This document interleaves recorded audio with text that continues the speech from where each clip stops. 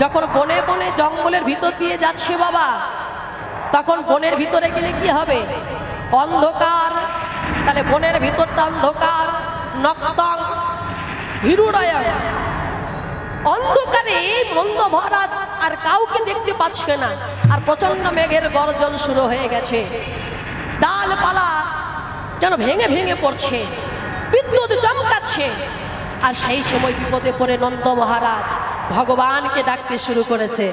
থাকো বাবা, তাহি তাহি ভগবান, তাহি তাহি ভগবান, তাহি তাহি ভগবান, তাহি ভগবান, তাহি তাহি ভগবান, তাহি তাহি ভগবান। পিতা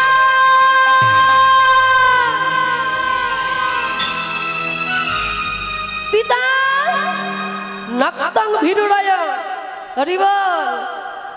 বনের ভিতরটা যদি অন্ধকার হয়, যমুনা জলটা কেমন হবে? সেটাও কালো, বনের ভিতরটাও কালো। কৃষ্ণ দেখতে কেমন? কৃষ্ণও কালো, তমাল গাছগুলোও কালো। আর সেই কালো অন্ধকারে কৃষ্ণ দাঁড়িয়ে আছে। নন্দ মহারাজ বিপদে পড়ে ভগবানকে ডাকছে। আচ্ছা, ভগবানকে যদি ডাকে, তার ছেলেই তো ভগবান, কিন্তু নন্দ মহারাজ সেটা বিশ্বাস করতেন না। এবার ভগবানকে ডেকেছে, কৃষ্ণ সামনে দাঁড়িয়ে। কি কৃষ্ণ, তুই এখানে কি করছিস? ভগবান মনে মনে বলছে, বাবা তুমি তো আমাকে ডেকেছ, কি তুমি তো আমায় চিনতে পারছো না? আচ্ছা তুই এখানে কি করে এলি? বাবা আমি পথ ভুল করে চলে এসেছি। হরি বল। শ্লোকটা কেমন সুন্দর ব্যাখ্যা দেখুন। পথ ভুল করে চলে এসেছিস, তোকে নিয়ে এখন আমি কি করি? আমি যাচ্ছিলাম প্রজাদের খবর নিতে, তোকে নিয়ে আমি এখন কি করি? এমন সময় ত্বমেব তদিমং রাধে, যেখানে কৃষ্ণ সেখানেই রাধা, রাধা ছাড়া কৃষ্ণ থাকতে পারে না। তাই নক্তং ভীরুরায় ত্বমেব তদিমং রাধে। এবার নন্দ মহারাজ বড় বিপদে পড়ে গেল, তোকে নিয়ে এখন আমি কি করি? এমন সময় রাধা রানী সেখানে উপস্থিত। এই কি রাধা, তুই এখানে? জেঠু, আমিও মায়ের সঙ্গে জল আনতে বেরিয়েছিলাম, আমিও মায়ের সঙ্গ ছেড়ে পথ হারিয়ে আমি তোমার এখানেই চলে এসেছি। নিতাই গৌর হরি হরি বল। তমেব তদিমং রাধে। এখন দুজনেই এক জায়গায়, নন্দ মহারাজের মাথায় হাত। এই দুজনকে নিয়ে এখন আমি কি করব? আচ্ছা তোরা কাজ কর, আমার কৃষ্ণ ছোট্ট কৃষ্ণ, আচ্ছা রাধা তোরা দুজনে একসঙ্গে বাড়ি যেতে পারবি? রাধা রানী বলছি, ও জেঠু তুমি একটা পথের সন্ধান করে দাও। আচ্ছা ঠিক আছে, তোদের একটা পথের সন্ধান করে দিই, তোরা সেই পথ সন্ধানে তোরা বাড়ি ফিরে যা। নন্দ নিদেশ স্বতশ্চলিতয়, নন্দ নিদেশ স্বতশ্চলিতয় মানে নন্দ রাজার নির্দেশ অনুসারে পথে রাধা কৃষ্ণ চলেছে। প্রত্যন্ত কুঞ্জ দ্রুময় রাধা মাধব জয়ন্তী। প্রত্যন্ত কুঞ্জ দ্রুময় মানে রাধা কৃষ্ণ একই ভাবে যাচ্ছে, প্রতি পদে পদে ছোট ছোট গাছ, বড় বড় গাছ। প্রত্যন্ত কুঞ্জ মানে ছোট ছোট গাছ, দ্রুময় মানে বড় বড় গাছ। সেই গাছের আড়ালে কৃষ্ণ একবার করে লুকাচ্ছে, আর রাধারানী কৃষ্ণকে খুঁজে বেড়াচ্ছে। এই কেলি করা রস করতে করতে আনন্দিত মনে তারা রাধা মাধব জয়ন্তী যমুনা কুলে রহ কেলয়, তারা যমুনার তীরে গিয়ে দাঁড়িয়েছে। এই ভাব দর্শন করে ভক্তগণ বড় আনন্দিত হয়েছে। রাধারানী বড় চালাক তো মা, তাই রাধারানী বলছে, ও গোসাই এই যা গল্পটা বলে সবটা তুমি আমাদেরকে নিয়ে বললে, তাই কি কখনো হয়? আমি তো তোদেরকে বললাম, আমার শ্লোকে যা ছিল আমি তাই বললাম। আচ্ছা ঠিক আছে যাও, তোমার আবার দেরি হয়ে যাচ্ছে। আচ্ছা এই পর্যন্ত জয়দেব গোস্বামীর সঙ্গে মাধুর এই পর্যন্ত দেখা সাক্ষাৎ হয়েছে, এরপর থেকে কিন্তু আর দেখা সাক্ষাৎ হয় না। নিতাই গৌর হরি বল। এই কথাটা একটু মনে রাখবেন, যেটা আপনাদের প্রথমেই বলে এসেছি। 11 বৎসর বয়সে কি গীত গোবিন্দং লেখা সম্ভব হয় বাবা? এই 11 বৎসর বয়সে গীত গোবিন্দং লিখলো, 16 বৎসর বয়স। এই পর্যন্ত জয়দেব সঙ্গে নীল মাধবপ্রিয়া দেখা সাক্ষাৎ এইখানেই শেষ। এরপর থেকে জয়দেব গোস্বামী মাধুকে হারিয়ে উন্মাদ হয়েছে, পাগল হয়ে গেছে। হরি বল। তাহলে আমাদের একটু জানতে হবে যে এই জয়দেব গোস্বামী আগে কে ছিল, আর পাগলই বা কেন হলো। এখন সবটাই সত্য। মানধাতার পুত্র মহারাজা মুচকুন্দ, আগের জন্মে ছিল মহারাজা মুচকুন্দ, তার বাবার নাম ছিল মানধাতা। তা সেই মানধাতার পুত্র মহারাজা মুচকুন্দ, সেই সময় দেবতাদের সঙ্গে অসুরদের যুদ্ধ হয় বাবা। আর সেই যুদ্ধে দেবতারা পরাস্ত হয়ে যাচ্ছে, স্বর্গ রাজ্য জয় করে নিচ্ছে অসুররা। তখন দেবতারা চলে গেল কোথায়? নারায়ণের কাছে। প্রভু এখন উপায় কি হবে? আমরা তো স্বর্গ ছাড়া হয়ে যাচ্ছি। আচ্ছা, এই যুদ্ধ করার জন্য আর একজনকে আমরা ডেকে আনছি, এই যুদ্ধের শক্তিশালী সে বাবা। তো মহারাজা মুচকুন্দকে ডেকে নিয়ে আসা হলো। মুচকুন্দ, তোমাকে যুদ্ধ করতে হবে অসুরদের সঙ্গে, যাও। বাবা, যুদ্ধ শুরু হয়ে গেল, অসুরদেরকে সব বিনাশ করে ফেললো মহারাজা মুচকুন্দ। এতদিন যুদ্ধ করেছে, সারা হাতে যেন রক্ত যেন বয়ে যাচ্ছে, এইরকম চিন্তা ভাবনা তার মনের মধ্যে। সব শেষ হয়ে গেল অসুররা। তখন দেবতারা কাছে এসে বলল, মুচকুন্দ, তুমি আমাদের স্বর্গরাজ্য ফিরিয়ে দিয়েছ, এর জন্য তোমার কিছু পাওয়ার আছে, বলো তুমি কি বর চাও? মহারাজা মুচকুন্দ বলছে, প্রভু আমি আর কি বর চাইব না, বলো তুমি কি চাও? প্রভু, এতদিন আমি যুদ্ধ করেছি, এই যুদ্ধ করতে করতে আমি বড় ক্লান্ত। আমি যখনই যা কিছু সেবা করি, আমি মনে হয় যেন হাতে আমার যেন সারা রক্ত, অসুরদের রক্তকে যেন আমি পান করছি। প্রভু, আমার এই হাতের রক্ত যেন ধুয়ে মুছে যায়, তথাস্তু। আর কি চাও? এতদিন যুদ্ধ করেছি, আমি এতদিন চোখের পাতা এক করতে পারিনি, আমি কিছুদিন ঘুমাতে চাই, তথাস্তু। কিন্তু প্রভু, এতদিন যুদ্ধ করতে করতে আমি তো গুরু মন্ত্রটা ভুলে গেছি, তাহলে আমি যদি ঘুমিয়ে যাই আমার মন্ত্র কি করে আমি বলবো? আর মন্ত্রই বা আমি কি করে আস্বাদন করবো? কে আমায় মন্ত্র দেবে? তোমার গুরু নিকটে গিয়ে আর একবার জেনে নাও। কিন্তু আমার গুরু যে গত হয়েছে, তাহলে মন্ত্র তো তুমি দাও প্রভু। সম্মুখে যার জগতে গুরু, তুমি কৃষ্ণ কল্পতরু। সম্মুখে যার জগতে গুরু, তুমি কৃষ্ণ কল্পতরু। মুচকুন্দ বলছে, সম্মুখে যার জগতে গুরু, তুমি কৃষ্ণ কল্পতরু। গুরু মন্ত্র দাও গো আমারে, আরে গুরু মন্ত্র দাও গো আমারে।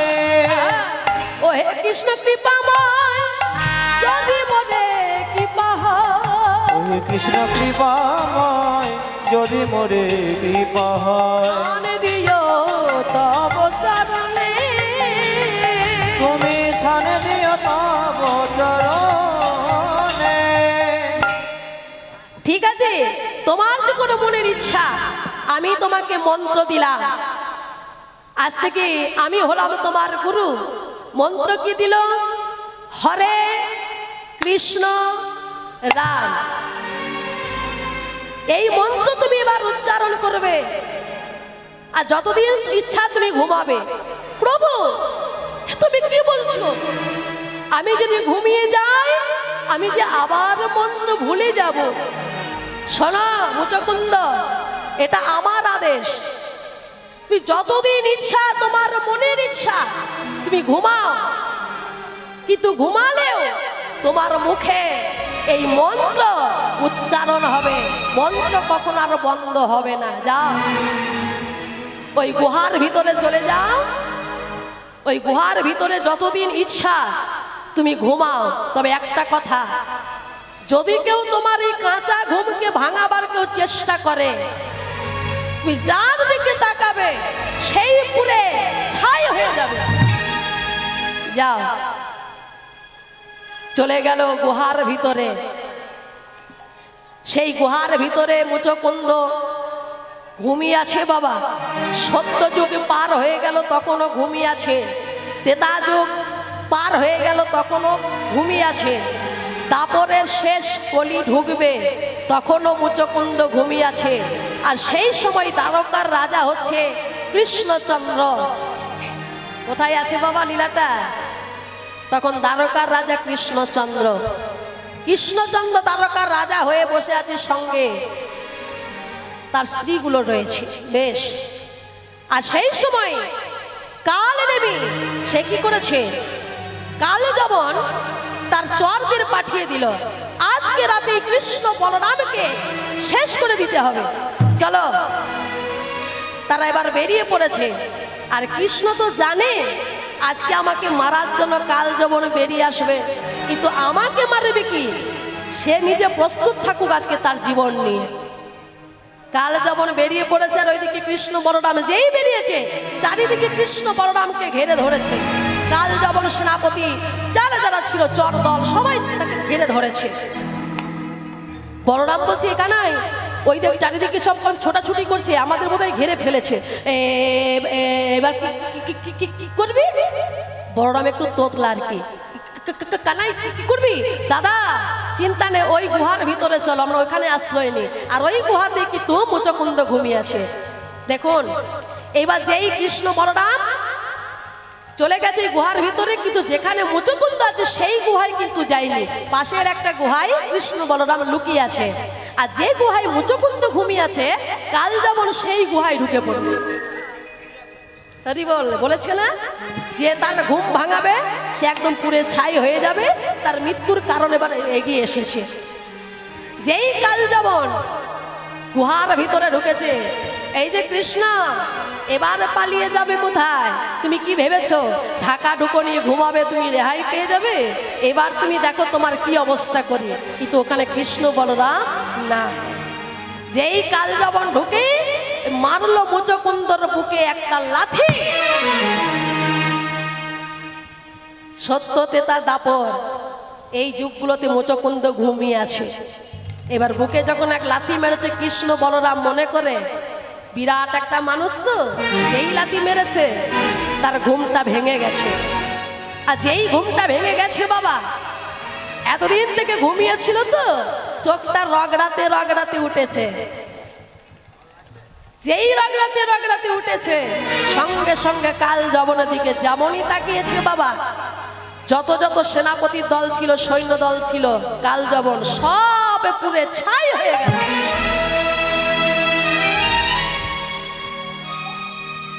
আগুন জ্বলছে, আগুন জ্বলছে, ধোঁয়া উঠছে, আগুন। বলরাম বলছে কানাই এইবার আমরা শেষ, আর আমরা বাঁচবো না। দাদা ভয় নেই, আমার সঙ্গে এসো। বলরাম দাদাকে সঙ্গে করে নিয়ে চলে গেল গুহার ভিতরে, যেখানে মুচকুন্দ ঘুমিয়েছিল সেইখানে। যাকে মারা তাকে মারা হয়ে গেছে বাবা। এইবার যেই কাল যবন মরে গেছে আর মুচকুন্দ বসে আছে, সম্মুখে কৃষ্ণ বলরাম এসে দাঁড়িয়েছে বাবা।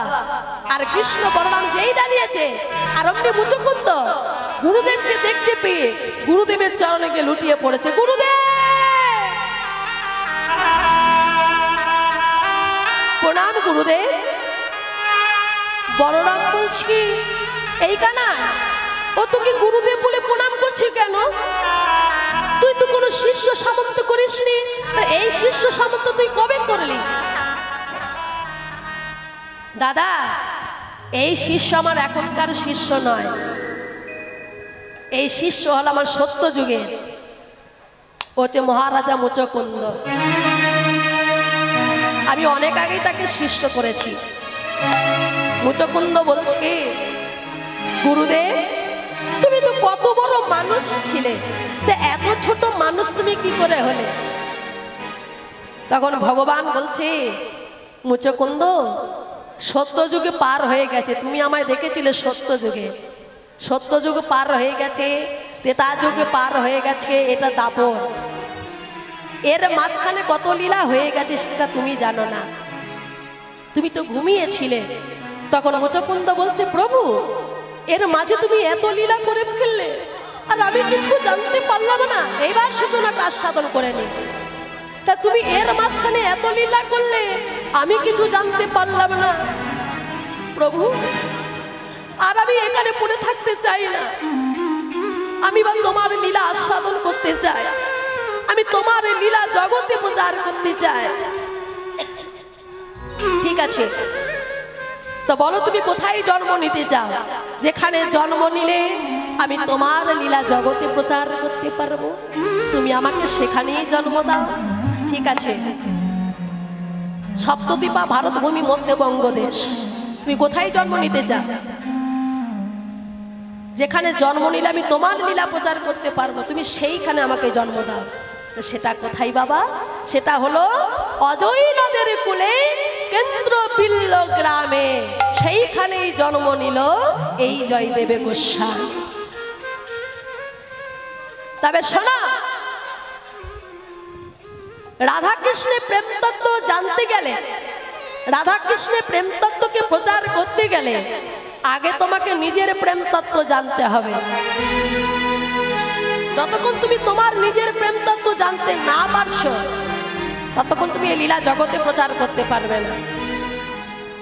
তা শোনো, তোমাকে জন্ম নিতে হবে, তাকে বিবাহ করতে হবে, সেই নারী হবে তোমার সঙ্গিনী, সে হবে পদ্মাবতী। প্রভু, তুমি আমাকে এমন আদেশ কেন করলে?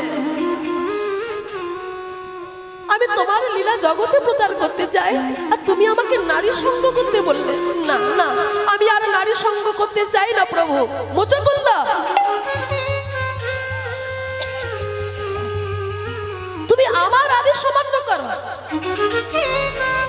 আমার আদেশ অমান্য করার জন্য আমি এই মুহূর্তে দাঁড়িয়ে আমি তোমাকে অভিশাপ দিচ্ছি, তোমার শরীরে হবে উন্মাদ রোগ। 11 বছর বয়সে গীত গোবিন্দ রচনা করলেন, আর এই 16 বছর বয়সে জয়দেব গোস্বামী উন্মাদ রোগে আক্রান্ত হলেন। আচ্ছা, উন্মাদ রোগে কেন আক্রান্ত হলেন সমস্ত ঘটনাটি আপনারা শুনে এলেন। কেন উন্মাদ রোগ হলো?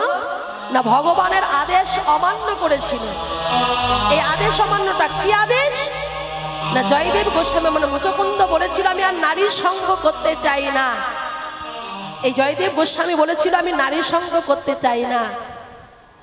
তার জন্য ভগবান অভিশাপ দিয়েছিল যে তুমি আমার আদেশ অমান্য করো, তার জন্য তোমার শরীরে হোক উন্মাদ রোগ। আর সেই উন্মাদ রোগে আক্রান্ত হয়ে তুমি রাস্তায় রাস্তায় ঘুরে বেড়াবে, সারা দেশ তুমি ঘুরে বেড়াবে। আবার একদিন তোমার এই নারীর সঙ্গ হবে, আর সেই নারীর সঙ্গ করে তোমার তার সঙ্গে বিবাহ হবে, সেই উন্মাদ রোগ দূরে যাবে, তারপর তুমি আবার রচনা করবে। কিন্তু এখন তোমাকে আমার আদেশ অমান্য করার জন্য এই উন্মাদ রোগে তোমাকে আক্রান্ত হতে হবে। তাই হরি বল বাবা। তা সেই উন্মাদ রোগে আক্রান্ত হয়ে রাস্তায় রাস্তায় ঘুরে বেড়াচ্ছে। তার পিতা ভজদেব গোস্বামী প্রতিদিন রাধা মাধবের সেবা করে ভিক্ষা করে এনে আজও সেইভাবে তার পিতা গেছে ভিক্ষা করতে। আর জয়দেব গোস্বামী উন্মাদ হয়ে পাগল হয়ে রাস্তায় রাস্তায় ঘুরে বেড়াচ্ছে। একটি গাছের নিচে গিয়ে চুপটি করে বসে গেছে বাবা, আর সেই গাছের নিচে বসে আছে চুপটি করে কত কত মানুষ রাস্তায় পেরিয়ে যাচ্ছে। তারা বলে এই পাগল, এই পাগল, হরি তোর নাম কি? তোর বাড়ি কোথায়? আমার নাম? হ্যাঁ, তোর নাম জিজ্ঞাসা করেছে। কি নাম? আমার নাম কি? আমার কি নাম সেটা তুই জানবি। আমার নাম, আমার নাম, হ্যাঁ মনে পড়েছে, মনে পড়েছে। আমার নাম হরে কৃষ্ণ রাম। দূর পাগল, হরে কৃষ্ণ রাম আমার কারো নাম হয়? আসলে কি হয়েছে বলুন তো বাবা? উন্মাদ রোগে আক্রান্ত হয়েছে বটে, পাগল হয়েছে বটে, ভগবানের আদেশ না যে তুই সব ভুলে যাবি কিন্তু নাম কখনো ভুলবি না। তাই সব ভুলে গেছে কিন্তু নামটা ভোলেনি বাবা। আরে তোর বাড়ি কোথায়? বাড়ি? আমার বাড়ি কোথায়? আমার বাড়ি মনে পড়েছি, ওই যে হরে কৃষ্ণ রাম। তোর পাগল, এই পাগল কিছু খাবি? দেখে মনে হচ্ছে অনেকদিন তুই কিছু খাসনি, খাবি কিছু? আমি খাবো, আমার বড্ড ক্ষুধা পেয়েছে, আমি খাবো। কি খাবি সেটা বল। আমি আমি খাবো খাবো কি খাবো? হরে কৃষ্ণ রাম। তোর পাগল, তুই একদম সীমার বাইরে চলে গেছিস। শোন, গ্রামে যদি কোনো পাগল উপবাস করে থাকে গ্রামের অমঙ্গল হয়। তাই তোকে আমি গ্রাম থেকে তাড়িয়ে দিচ্ছি। যা, চলে যা, চলে যা এখান থেকে। আবার ঘুরতে শুরু করলো। যে অভিশাপ ভগবান দিয়েছে সেই অভিশাপ নিয়ে তো তাকে ঘুরতেই হবে মা। রাস্তায় রাস্তায় ঘুরতে ঘুরতে ঘুরতে ঘুরতে একদিন একটি গাছের নিচে গিয়ে চুপটি করে বসে গেছে। কিন্তু সেই গাছের ডালে কত কত পাখি কিচমিচ কিচমিচ কিচমিচ করছে। কত কাকাতুয়া, কত বুলবুলি, কত ময়না, কত টিয়া, কত ধরনের পাখি গাছের মধ্যে বসে বসে কিচিমিচি করছে। তাদের দেখে জয়দেব গোস্বামী বলছে, এই পাখি তোরা অমন করে কিচমিচ কিচমিচ করছিস কেন? অকারণ কিচমিচ করতে নেই, অকারণ কিচমিচ করতে নেই। শোন শোন, আমি না একটা নাম জানি, তোরা যদি আমার সঙ্গে ওই নামটা একবার বলতে পারিস তোদের এই পক্ষী জনম ধন্য হয়ে যাবে। তাই একবার তোরা আমার সঙ্গে একবার বল দেখি, সেই নাম যদি একবার বলিস তোদের সমস্ত পক্ষী জনম ধন্য হয়ে যাবে। একবার বল, আমার সঙ্গে বল। জোরে মন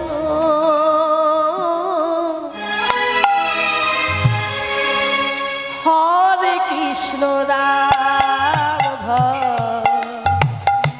জোরে মন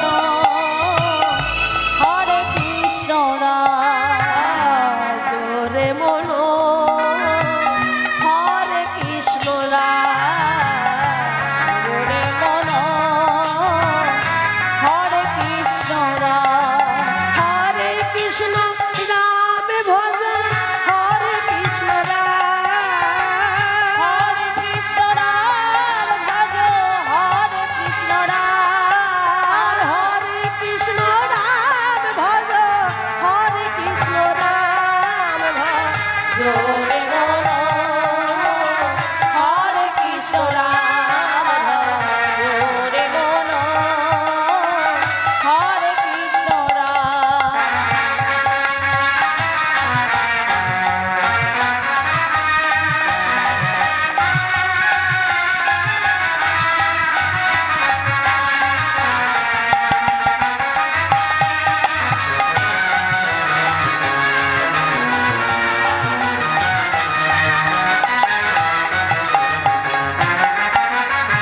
নামে আছে সুধা, মিটবে ভব ক্ষুধা।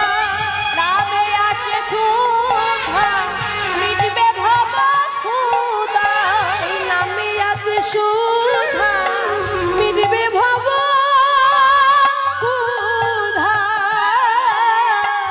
নামে আছে সুধা, মিটবে ভব ক্ষুধা। পূর্ণ হবে মনস্কার।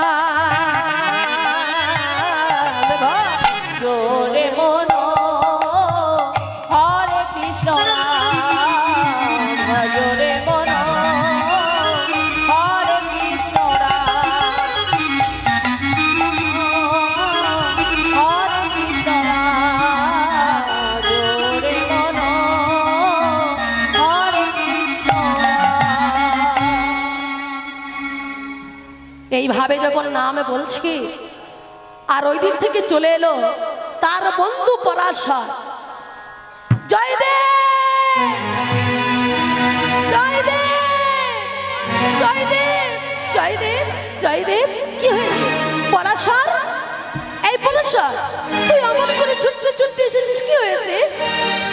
জয়দেব, তুই তাড়াতাড়ি বাড়ি চল, তুই তাড়াতাড়ি বাড়ি চল। কেন? আমি বাড়ি যাব কেন? না, আমি বাড়ি যাব না, তুই তাড়াতাড়ি বাড়ি চল। তোর পিতা মারা গেছে।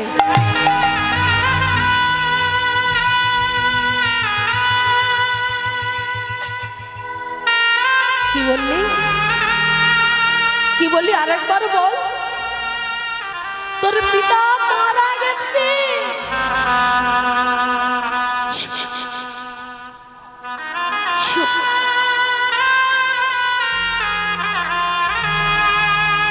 আর বলিস না।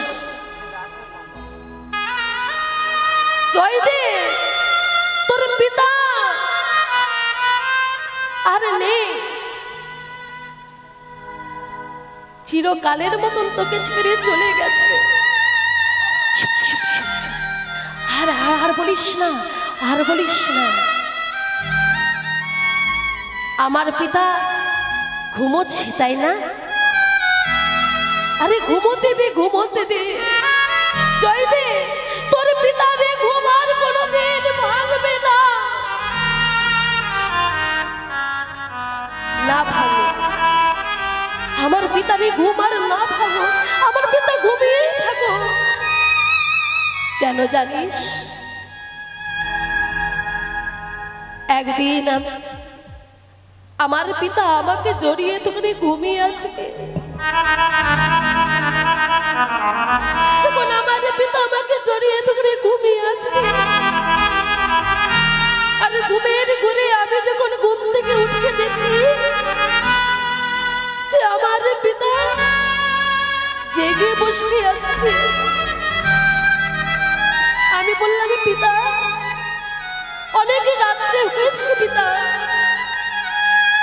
তুমি ঘুমাও নাই কেন? আমার পিতাকে বললো, জানিস, আমার পিতা বললো, রে, তোর মা যখন চলে যায়, তোর সমস্ত ভার তোর মা যে আমাকে দিয়ে যায়, সে তো চলে গেল, কিন্তু আমি তোকে নিয়ে কি করবো বল? তুই তো আমার ছোট্ট, তাই তোকে কোলে পিঠে করে মানুষ করি। তোকে একলা পেলে আমি ভিক্ষায় যেতে পারি না। একবারের বেশি যদি ভিক্ষা করি, কেউ আমায় ভিক্ষা দেয় না। তাই আমি ভাবে তোকে আমি কি করে বড় করে তুলবো। এই কথা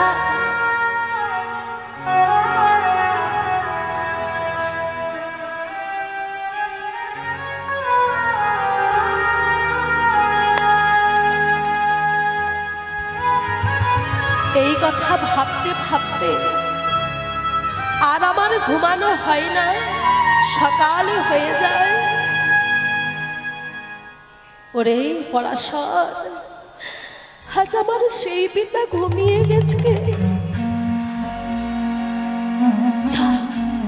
চল বন্ধু, চল, আমি দেখবো আমার পিতাকে ঘুমালে কেমন দেখতে লাগে। আজ আমি একবার দেখতে চাই।